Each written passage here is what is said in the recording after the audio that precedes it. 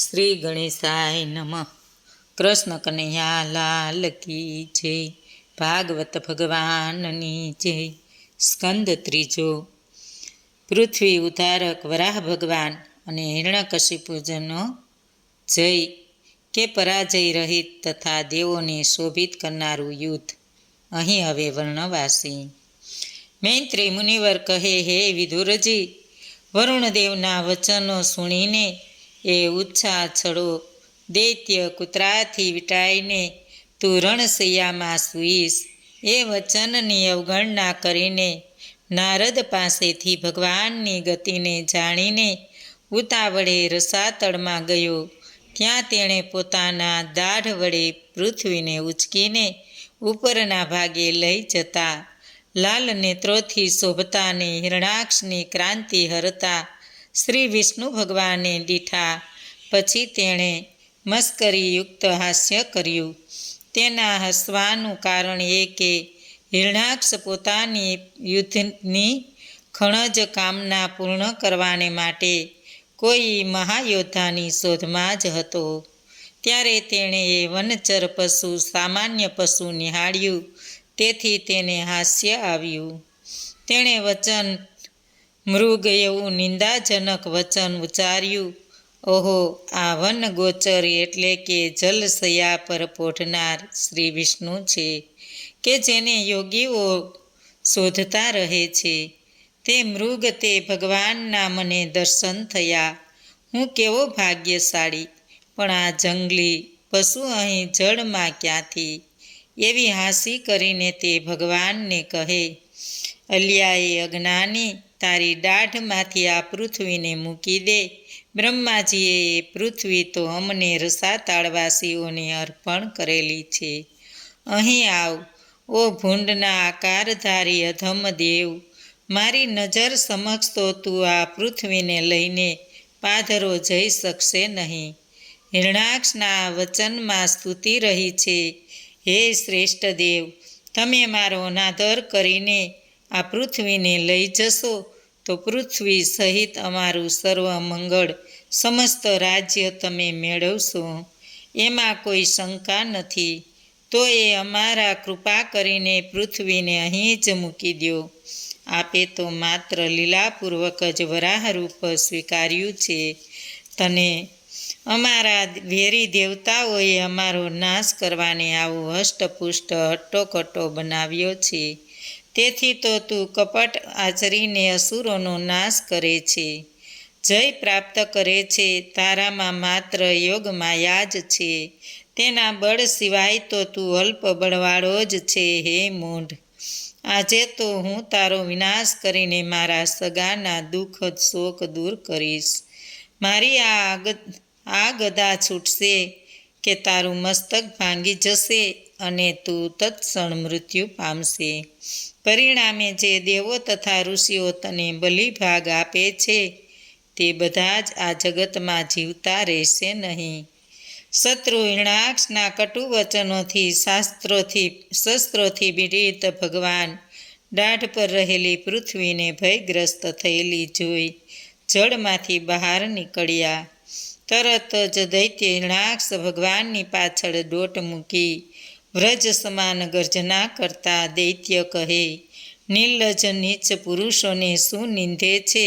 અર્થાત બેશરમ નીચ પુરુષોની લોકનિંદાનો ભય નહીં હોવાથી તેઓને રણભૂમિમાંથી નાસી છૂટવું તે પણ અયોગ્ય જણાતું નથી. પછી વરાહ ભગવાનને જળ સપાટી પર પૃથ્વીને સ્થાપીને તેમાં સ્વ આધારની શક્તિ મૂકી. હિરણાક્ષની નજર સમક્ષ બ્રહ્માજી વરાહ ભગવાનની સ્તુતિ પ્રાર્થના કરતા હતા. દેવો તેમના પર પુષ્પવૃષ્ટિ કરતા હતા. ભગવાન પ્રખર કોપ પામેલા હોવા છતાંય ખડખડ હસીને સુવર્ણ અલંકાર ગદા દુષ્ટ વચનો વડે મર્મસ્થાનને પીડા આપતા દૈત્ય હિરણાક્ષને કહે, હે દૈત્ય, તું કહે છે તે સાચું છે. અમે જળમાં ફરનારા ભૂંડ છીએ ખરા, પણ તારા જેવા કૂતરાને શોધીએ છીએ. અમે તો પૃથ્વીને હરી જનારા નિર્લજ્જ છીએ અને તે તારી મોટી ગદાથી અમને નસાડી દીધા છે. તો એ યુદ્ધમાં તારી સમક્ષ ઊભેલા છીએ, કેમ કે બળવાન સાથે વેર બાંધીને અમે ક્યાં જઈએ? તું પાયદળનો નાયક હોય અમારા મંગળ માટે પ્રયાસ કર અને અમને મારીને તારા સગાના શોકારસુ લૂછી નાખ. તું તારી પ્રતિજ્ઞા પાળ. મુનિવર મૈત્રેયજી કહે, ભગવાને અતિશય તિરસ્કાર કરવાથી શેષથી દૈત્ય ઉગ્ર ક્રોધિત થયો. તે ઊંડા શ્વાસ લેતો ખસી ગયો ને શ્રી હરિ પોતાની ગદા મારી દીધી. પણ ભગવાને ખસી જઈને પોતાની છાતી પર થનારા ગદા પ્રહાર ચૂકાવી દીધો. પછી તો દૈત્ય વારંવાર ગદાને ચોપાસ ઘુમાવા લાગ્યો. શ્રી વિષ્ણુ ભગવાન ક્રોધપૂર્વક હોઠ પીસીને દૈત્ય સામે ખસી ગયા. દૈત્યની ભૂકુટી પર ગદાનો ઘા કર્યો, પણ તેણે ગદા મારી હટાવી. ભગવાન અને હિરણાક્ષ બંને અત્યંત આવેશમાં ગયા અને જય મેળવવા માટે પરસ્પર ગદા પ્રહારો કરવા લાગ્યા. હે કુરુશ્રેષ્ઠ વિદુરજી, પૃથ્વી માટે વેરી થયેલા દૈત્યનું અને માયાવી વરાહ શરીર લેનાર ભગવાનનું યુદ્ધ નિહાળવા માટે બ્રહ્માજી દેવો સહિત રણભૂમિ પર આવ્યા.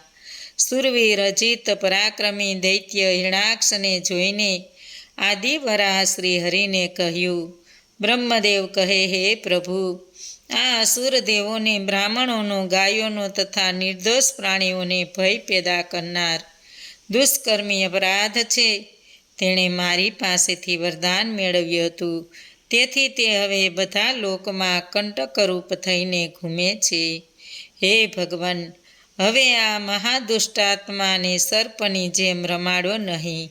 એ દૈત્ય સાંયકાળ પામીને પાછો વૃદ્ધિ પામે તે પહેલાં તમે સ્વ આશ્રય કરીને તે પાપીનો વિનાશ જ કરો. હવે આ ઘોર સંધ્યાકાળ થવા આવ્યો છે, માટે તમે દેવોનો વિજય કરો. અભિજીત મુહૂર્ત યોગ મધ્યાહ્ન વીતવાની તૈયારી છે, માટે આ દુર્જય દૈત્યનો આપ નાશ કરો. નહીં તો સંધ્યાકાળે તેનું બળ વધશે અને તેનું બળ વધી જશે. દૈત્ય આપમેળે તમારી સમક્ષ આવ્યો છે.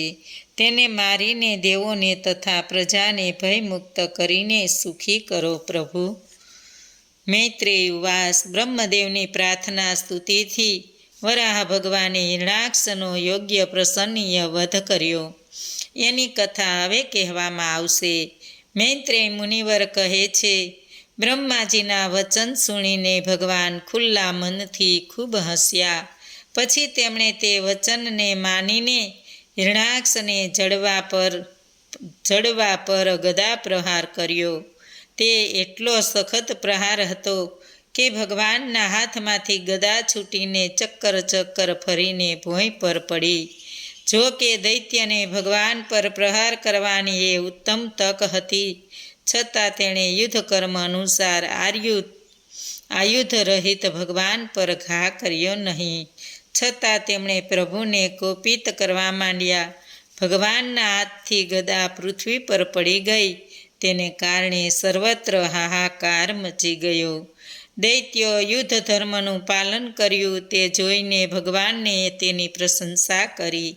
પછી તરત ભગવાને સુદર્શન ચક્ર યાદ આવ્યું. ભગવાન આમ તો પૂર્વના પોતાના જ પાર્ષદ અને અધમદિતિ પુત્ર હિરણાક્ષ સાથે યુદ્ધ કરતા હતા, ત્યારે તેમના તેજને પરાક્રમથી અજાણ એવા આકાશધારી દેવો જુદી જુદી વાણી ઉચ્ચારવા લાગ્યા. હે ભગવાન, તમે આ દૈત્યનો વધ કરો, તમારું કલ્યાણ થાવ. કમળ નેત્રધારી ચક્રધારી ભગવાને સામે ઊભેલા જોઈને ક્રોધથી ઉછળતો દૈત્ય દાંત કચકચાવતો, હોઠ પીચતો, નેત્રોથી બાળી નાખવા માંગતો હોય તેમ ફૂફાડા મારતો ભગવાન પર ગદા પ્રહાર કર્યો. ભગવાને હિરણાક્ષને ડાબે પગે લાત મારીને રમતમાં ભોંય પર પછાડ્યો અને બોલ્યા, હવે તો તું મૂવો જ છે, હથિયાર લઈને લડવા માંડ. તું તો મને જીતવા માગે છે ને? ભગવાનનું એ વચન સાંભળીને દૈત્યએ ફરીથી પોતાની ગદા ઉઠાવી પ્રહાર કર્યો ને ગગનભેદી ગર્જના કરી. ભગવાને સામે આવતી ગદાને જોઈને ઝપટ મારીને પકડી લીધી. તરત જ દૈત્ય નિસ્તેજ થતાં ગર્વ રહિત થયો તો શ્રીહરિએ દુશ્મનને ગદા તેના હાથમાં આપવા માંડી, છતાં તેણે તે લેવાની ઈચ્છા કરી નહીં. પણ હાર કબૂલે તો દૈત્ય કેમ કહેવાય? તેમણે વરાહ ભગવાનને મારવાને માટે પોતાનું ત્રિશૂલ ઉઠાવ્યું, જે પ્રજ્વલિત અગ્નિ સમાન ગ્રસ્ત જવા તત્પર હતું. આકાશમાં તે ત્રિશૂલ હળહળી રહ્યું હતું. ભગવાને ત્રિશૂળને સુદર્શન ચક્રથી છેદી નાખ્યું. પરિણામે અસુરનો ક્રોધ ઓર વધ્યો. તેણે ભગવાનના વક્ષસ્થળ પર વ્રજ સમાન મુષ્ટિ પ્રહાર કર્યો, છતાં પ્રભુ તલભાર પણ ડગ્યા નહીં. પછી દૈત્યએ યોગ માયાધીશ્વર ભગવાન પર માયા રચવા માંડી. પ્રજાએ તે માયાને જગતનો પ્રલય ગણ્યો. મંટોળિયો ફૂંક્યો, સર્વત્ર અંધારું થયું, પથ્થરોનો વરસાદ વરસ્યો, વીજળીઓ સહિત વાદળા આકાશમાં ઘસી આવ્યા, નક્ષત્રો દેખાતા બંધ થયા. ત્રિશૂળધારી છૂટા કેસવાળી નગ્ન રાક્ષસીઓ સર્વત્ર દેખાવા લાગી. અસંખ્ય રાક્ષસો, યક્ષો, ઘોડે સવારો, હાથી સવારો મારો કાપોની ગર્જના કરવા લાગ્યા. આસુરી માયાઓનો નાશ માટે ભગવાને સુદર્શન ચક્ર છોડ્યું ને તરત જ ત્યાં દિતિનું હૃદય કંપી ઉઠ્યું. તેણે સ્વામી કશ્યપનું વચન યાદ આવતા જ તેના સ્તનમાંથી લોહીની ધારાઓ છૂટી. પોતાની માયાનો નાશ થયેલો જોઈને દૈત્યએ ભગવાનને બે બાહુ વચ્ચે જકડી લીધા, જાણે તત્ક્ષણ પીસી નાખશે. પણ ભગવાન તો તેના બાહુની બહાર જ હતા. તે મજબૂત મુઠ્ઠીઓ વડે ભગવાનને મારવા લાગ્યો તો ભગવાને તેના કાનના મૂળમાં જબરો મુષ્ટિ પ્રહાર કર્યો. દૈત્યનું શરીર 14 દિશામાં ભમવા લાગ્યું. નેત્રો બહાર નીકળી ગયા, જીહવા બહાર લટકી પડી. અસુર નિષ્પ્રાણ થઈને ધરતી પર પછડાયો. મરવા છતાં દૈત્યનું તેજ ઝંખવાયું નહોતું. આ જોઈને બ્રહ્માદિ દેવો અસુરોને ભાગ્યશાળી ગણીને કહે, અરે, આવું દુર્લભ મૃત્યુ કોને મળે? યોગીઓ એકાંતમાં યોગ સમાધિથી જેમનું જન્મ જન્મ ધ્યાન ધરે છે, તે ભગવાનના ચરણથી હણાયેલા દૈત્યએ ભગવાનનું મુખમંડળનું દર્શન કરતાં જ દેહ છોડ્યો છે. હિરણાક્ષ તથા હિરણ્યકશિપુ બંને ભગવાનના પૂર્વના પાર્ષદો છે. તેઓ શાપને કારણે અસુરની ગતિને પામ્યા છે, પણ કેટલાક જન્મો પછી પુનઃ ભગવાનનું શરણ અને સ્થાન પામશે. હે ભગવાન, જગતના પાલન અર્થે નિર્માણ સત્વ મૂર્તિ ધારણ કરનાર આપને અમે વારંવાર નમસ્કાર કરીએ છીએ. જગતને પીડા કરનાર દૈત્ય હિરણાક્ષનો આપે સંહાર કર્યો, તે બહુ જ સારું કર્યું, બહુ સારું કર્યું. હવે આપની કૃપાથી અમે બધા નિશ્ચિત થયા છીએ. મુનિવર મૈત્રેયજી કહે, પછી ભગવાન શ્રી હરિ જ્યાં હનીસ ઉત્સવ જ હોય છે તે વૈકુંઠ ધામમાં ગયા. અસુરના નાશ માટે વરાહ અવતાર ધારણ કરનાર શ્રી વિષ્ણુનું ચરિત્ર મેં મારા ગુરુજી પાસેથી શ્રવણ કર્યું છે, જે તમને અહીં કહ્યું છે. સુત પુરાણી કહે, હે શ્રેષ્ઠ બ્રહ્મણ સોનક, આ પ્રમાણે મૈત્રેયજીએ કહેલી શ્રી વરાહ ભગવાનની પાવનકારી કથાનું શ્રવણ કરીને મહાન ભક્ત વિદુરજીને પરમ આનંદ થયો. ભગવાનનું ચરિત્ર સાંભળીને કોને આનંદ ન થાય? જેમણે મગરમચ્છે ગળેલા ગજેન્દ્રને હાથીઓની નજર સામે સત્વરે સંકટમાંથી મુક્ત કર્યા હતા, તે શરણાગત ભક્તોને સેવવા યોગ્ય જ છે અને દુષ્ટજનોને દુરારાધ્ય છે.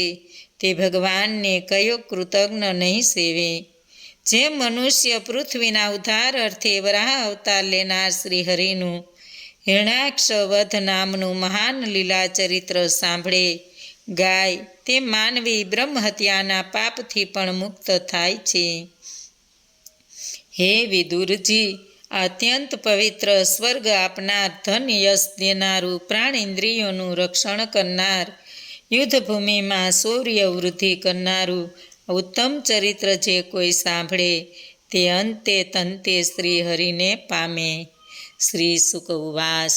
ભગવાન અવતાર તથા તેના ચરિત્ર વચ્ચેનું જે અંતર પડ્યું હતું તેથી શરૂથી જ મનુવંશ કહેવાય. સર્ગનું અહીં યાદ કરવામાં આવે છે. શૌનક પૂછે છે, હે સૂતજી, પૃથ્વીરૂપી સ્થાન પામ્યા પછી સ્વયંભૂ મનુએ પ્રલય કાળે પ્રભુલીન બનેલા પ્રાણીઓને બહાર લાવવાને માટે કયા કયા ઉપાયો કર્યા?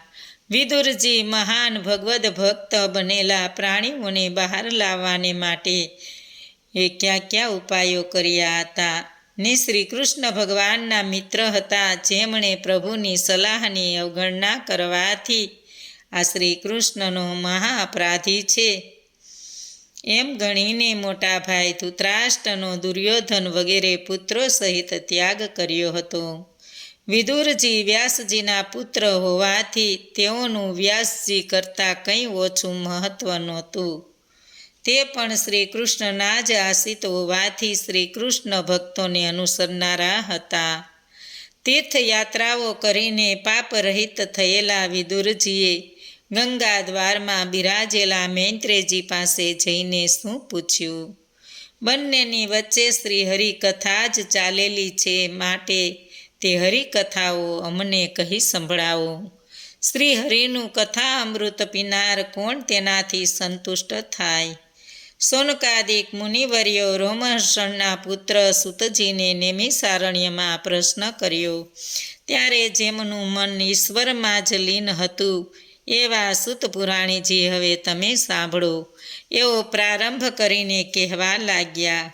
સ્વમાયાથી જેમણે વરાહ દેહ ધારણ કર્યો હતો એવા શ્રી હરિની રસાતાળમાંથી પૃથ્વીનો ઉદ્ધાર કરવા રૂપી લીલા તથા તેમણે અસુર હિરણાક્ષને માર્યો તે સાંભળીને વિદુરજી મૈત્રેયજીને ઉદ્દેશીને કહે છે, હે ભગવાન, પ્રજાપિતા બ્રહ્માજીએ લોક સૃષ્ટિ માટે પ્રજાપિતાઓને ઉત્પન્ન કરીને પછી સૃષ્ટિને વિસ્તારવા માટે શું કર્યું તે કહો.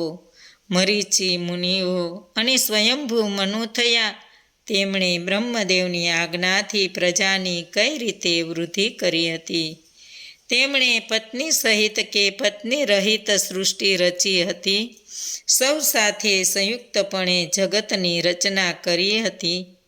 મૈત્રેય મુનિવર કહે, હે વિદુરજી, જેની ગતિ અકળ છે એવા જીવોના પ્રારબ્ધથી પ્રકૃતિના નિયંતા તથા કાળથી ભગવાન ત્રિગુણી પ્રકૃતિમાં શોભ પામતા કાર્ય વ્યાપાર ઉપજ્યો. તેથી મહતત્વ થયું. શ્રી વિષ્ણુ ભગવાનના 3 સ્વરૂપોમાં પ્રથમ મહતત્વ સર્જનારું, બીજું બ્રહ્માંડ રૂપને, ત્રીજું દરેક જીવમાં રહેલું છે. આ 3 સ્વરૂપો જાણીને માનવી મુક્ત થાય છે. દેવ પ્રેરિત રજોગુણ પ્રધાન મહતત્વમાંથી ત્રિગુણાત્મક અહંકાર ઉત્પન્ન થયો અને તે 5 તન્માત્રાઓ, 5 ભૂતો, 5 જ્ઞાનેન્દ્રિયો, 5 કર્મેન્દ્રિયો તથા તે ઇન્દ્રિયોના દેવતાઓ એમ દરેક 5 તત્વો ઉત્પન્ન કર્યા. જો કે મહતત્વ સ્વતંત્ર સત્વ ગુણ પ્રધાન છે તો પણ તેને રજોગુણ પ્રધાન કહેલું છે. ઉપર જણાવેલા જુદા જુદા 5 તત્વો એકમેકથી અલગ રહીને બ્રહ્માંડનું સર્જન કરવાને શક્તિમાન નહોતા. તેથી તેઓએ ભગવાનની શક્તિથી એકત્ર થઈને સંગઠિતપણે પ્રકાશિત બ્રહ્માંડની રચના કરી. આ બ્રહ્માંડ કોષ પહેલાં તો અચેતન હતો અને તેથી 1000 વર્ષ પર્યંત તે સમુદ્ર જળમાં જ રહ્યો હતો. તેથી પછી ભગવાન તેમાં પ્રવેશ્યા. પછી શ્રી નારાયણની નાભીમાંથી સર્વજીવોનું નિવાસસ્થાન અને હજારો સૂર્યોની ક્રાંતિવાળું કમળ થયું. તેમાંથી બ્રહ્માજીનો આવિર્ભાવ થયો. શ્રી હરિ બ્રહ્માજીના અંતકરણમાં પ્રવેશ્યા ત્યારે તેમણે પૂર્વકલ્પની પેઠે લોકસૃષ્ટિ રચી. પછી તેમણે અજ્ઞાનમય શરીર નહીં ગમ્યું, તેથી તેમણે તેનો ત્યાગ કર્યો. રાત્રિરૂપી સરુમાંથી ભૂખ તરસ થયા, જેને રાક્ષસો તથા યક્ષોના સ્વીકાર્યા. ભૂખ્યા યક્ષો રાક્ષસો બ્રહ્માજીને ખાવા દોડ્યા. બ્રહ્માજી ગભરાઈને કહ્યું, મને ખાશોમાં, તમે મારું રક્ષણ કરો, તમે મારી પ્રજા છો. પછી બ્રહ્માજીએ સત્વગુણી પ્રજાઓ ઉત્પન્ન કરી, તે દેવ ગણાયા. બ્રહ્માજીએ ક્રાંતિમય શરીર ત્યજી દીધું. તેણે ક્રીડા કરવા ઈચ્છતા દેવોએ સ્વીકાર્યું, જે તેજોમય દિવસરૂપ ગણાયું. પછી બ્રહ્માજીએ જાંધમાંથી અત્યંત સ્ત્રી લંપટ અસુરો ઉત્પન્ન કર્યા. તે મૈથુન માટે બ્રહ્માજી તરફ જ ઘસ્યા. તેથી બ્રહ્માજી શ્રી વિષ્ણુને શરણે ગયા. પ્રાર્થના કરી, હે પ્રભુ, મારી રક્ષા કરો. આપની આજ્ઞાથી મેં પ્રજાઓ રચવા માંડી, પણ એ પાપી પ્રજા મૈથુન માટે મારા તરફ જ ઘસે છે. ભગવાન કહે, તમે આ ઘોર દેહ ત્યજી દો. તરત બ્રહ્માજીએ શરીર ત્યાગ કર્યો. તે શરીર સાંઈ સંધ્યા થયું. તેના નેત્રો મદ વિહળ હતા, ચરણ ઝાંઝરથી ઝળકતા હતા, બે સ્તન બંને એકબીજાને ઘસાતા હોય ઊંચા હતા. સુંદર નાક, મનહર દંતાવલી, પ્રેમાળ હાસ્ય, વિલાસિતા તથા લજ્જાથી એ સંધ્યા શરીર ઢાંકતી હતી. અસુરો તે સ્ત્રીને દેખીને અત્યંત મોહ પામ્યા. દુર્બુદ્ધિવાળા અસુરો તેને પૂછવા લાગ્યા, હે કેલી સ્તંભ નિતંબવાળી સુંદરી, તું કોની કન્યા છે? તું અહીં કેમ આવી છે? તારે રૂપ વેચવું હોય છતાં અમને નહીં આપીને તું અમને કેમ દુઃખી કરે છે? તારી ગમે તે જાતિ યા કુળ હોય, અમને તારું દર્શન થયું એ જ અમારું સદભાગ્ય. તારા ચરણ સ્થિર રહેતા નથી. મોટા સ્તનના ભારથી તારી કમર લચી જાય છે. તારા કેશ કલાપ કેવા સુંદર છે. આમ તો સાઈ સંધ્યા સ્ત્રી નહોતી, છતાં તે સ્ત્રી જેવી દેખાઈને અસુરોને લલચાવતી હતી. અસુરોએ તેને સ્ત્રી માનીને ગ્રહણ કરી. પછી બ્રહ્માજીએ સ્વક્રાંતિથી ગંધર્વો તથા અપ્સરાઓને સમુદાયો સર્જ્યા અને તે ચંદ્રિકા જેવા તેજસ્વી શરીરનો ત્યાગ કર્યો. ગંધર્વો અપ્સરાઓએ તે શરીર ગ્રહણ કર્યું. પછી બ્રહ્માજીએ આળસમાંથી ભૂતો તથા પિશાચો ઉત્પન્ન કર્યા.